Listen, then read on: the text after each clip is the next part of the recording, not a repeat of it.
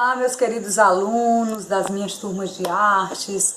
Olha só, hoje venho trazer a explicação do conteúdo que tinha sido proposto para o final do mês de março e não deu tempo da gente fazer a colocação desse conteúdo em sala de aula, né?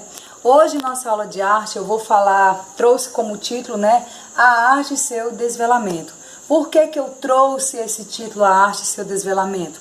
Para mostrar para vocês que a partir do século XX, né, a arte também, como o nosso mundo mesmo, o Brasil, veio sofrendo grandes transformações, tanto no campo social, como no campo econômico e político, né? E para isso, para trazer mais um pouco a arte para o nosso campo, que é o Brasil, eu trago aqui para vocês o livro de Carne, onde eu quero que a partir da observação do livro de Carne, que é do artista brasileiro Arthur Bario, ele produziu esse livro em 1977, 1979, né, a 1979, digamos assim, e a partir da observação eu gostaria que vocês levantassem hipótese, que vocês levantassem questionamento e observassem o livro de Carne. A carne é um produto perecível, de trato culinário, né? Então, que vocês observassem a questão da cor, qual o que é que ela significa, qual é o significado que ela traz,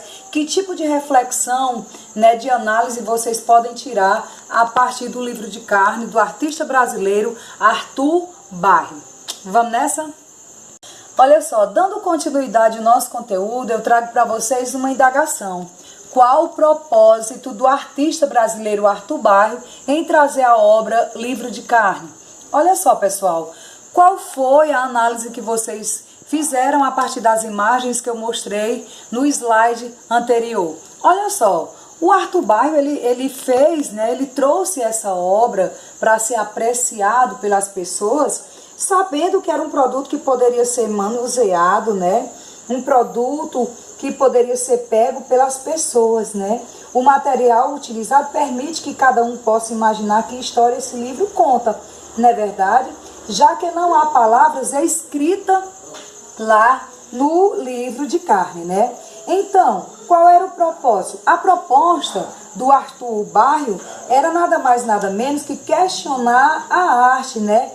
Pois para ele, um trabalho artístico também pode ser perecível, pode ser feito com materiais perecíveis, com materiais efêmeros, né? E que essa arte venha trazer sensações, que ela venha trazer também um sentido para as pessoas que vão prestigiar. Outra coisa, o artista traz ao público a ideia de que a arte pode ser pensada e realizada de várias formas, né? Como eu já fiz a colocação. A arte também, ele traz essa reflexão a partir do livro de Carne, para a gente pensar a arte como forma de expressão, representando também a voz de um povo, a voz de quem a produziu, né? No caso do artista.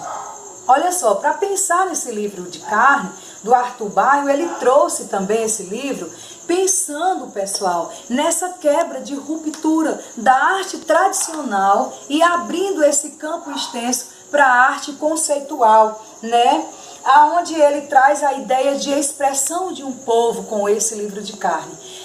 Para a gente analisar melhor, seria legal que vocês pensassem e dessem uma olhada no livro de arte de vocês, na página 16, aonde está o contexto ao qual o artista brasileiro Arthur Bario estava inserido, que é para a gente ter mais uma noção da mensagem que ele queria passar com o livro de Carne, né? O contexto social em que ele estava inserido era o regime militar, um regime onde os artistas brasileiros, né, quase toda a sociedade não poderiam formalizar e nem dizer nada, se expressar de forma alguma, porque alguns deles eram até presos e torturados, né? E aí Arthur Bario veio com o livro de Carne para fazer esse questionamento desse momento em que os artistas brasileiros, a sociedade brasileira estava vivendo, que era o regime militar. E a carne, por ser um produto perecível, né, trouxe mais essa reflexão para o povo. Todos os acontecimentos que estavam acontecendo no regime militar estavam doendo na carne das pessoas. Vamos lá? Olha só, sabendo que havia por trás do livro de Carne uma ideia de despertar em nosso país relacionada às concepções tradicionais da arte também, porque o que a gente observa é que o Arthur Barrio, ele trouxe dois questionamentos: da arte tradicional, que todo material que você pode pegar pode se transformar em arte, né? Saindo daquela dinâmica do conceito padronizado do que seria a arte, que era padronizado lá pela arte tradicional, vindo para a arte conceitual, como também ele trouxe esse questionamento sobre o contexto social e político que a sociedade brasileira estava vivendo naquele momento, que era o regime militar, as coisas que estavam acontecendo, doía na carne do povo, né? Então, quando pensamos nos questionamentos, né, desse artista brasileiro, Arthur Barrio, com o livro de Carne, a gente pensa também, vem logo à memória da gente, do pai da arte conceitual, que é Michel Deschamps, que foi ele o primeiro idealizador desses novos rumos para a arte, mostrando que não é só a habilidade que deve ser analisada e pensada como arte, mas também a ideia e a proposta. Se eu tenho a ideia e a proposta, eu sou também, o que eu faço, o que eu fiz ali, também tem que ser levado em conta. Então tem que ser levado em conta o que? A habilidade, a ideia e a proposta. Porque anteriormente, na concepção tradicional da arte, só era levado em consideração a questão da habilidade. Ou seja, se uma pessoa soubesse pintar uma parede, era considerado artista. Deschamps veio, fez a quebra, né, dessa arte tradicional para a arte conceitual, dizendo que não, que a ideia e a proposta também teria que ser levada em consideração. Partindo desse momento, né, do desvelar da arte, dessa quebra, dessa ruptura com a arte tradicional, né, vem aí a nossa arte contemporânea, que nasceu das transformações ocorridas não só no Brasil, mas no mundo inteiro, né? Nos eixos econômico, social e político, como falei anteriormente, né? Havendo a desvinculação da herança da arte acadêmica, que se sai da arte tradicional, colocando em discussões alguns conceitos que até hoje ainda são discutidos, como é o conceito de beleza, que até hoje ainda é discutido bastante, né?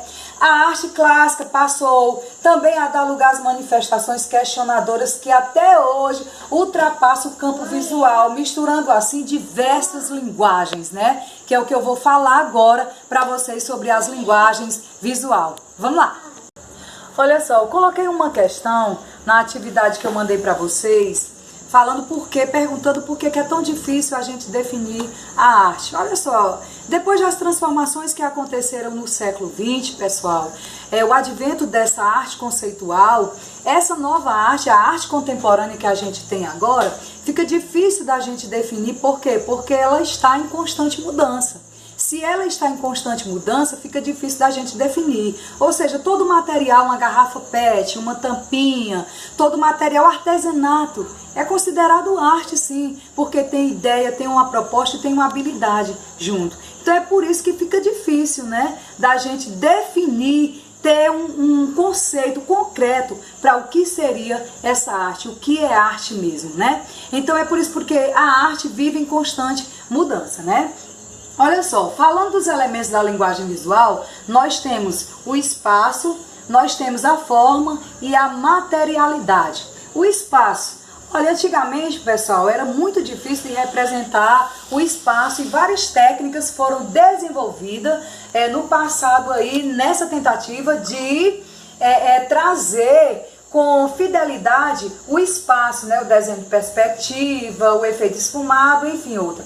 Ao longo do tempo foi desenvolvida outras técnicas de representação desse espaço, como a bidimensional e tridimensional. Hoje, na nossa realidade, pessoal, os artistas, não só brasileiros, mas também os artistas mundial, eles procuram colocar esse espaço, fazer uma relação do espaço com a sua arte. Essa representação vem com as grandes instalações e ocupações desse espaço até no espaço virtual. Ou seja, seguindo ainda o conceito de Deschamps, né, e o seu grupo, que eram os dadaístas, lembrando que os dadaístas eram um dos grupos que o Deschamps participavam e que trouxe aí esse advento da arte conceitual lá na Primeira Guerra Mundial.